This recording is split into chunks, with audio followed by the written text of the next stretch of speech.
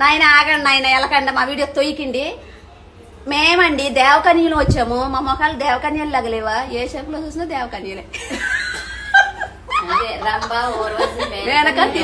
మమ్మల్ని చూసే పెట్టారు తెలుసా? చూసే పెట్టారు. మీరు అవునన్నా కాదన్నా మేము దేవకన్యలమే, రంభ ఓర్వశలమే. ఎలాగైనా సరే మమ్మల్ని దేవుడు ఇక్కడ పుట్టించేసాడు. ఎలాగైనా సరే మా అత్తకి ఎవరి వల్ల కాదు.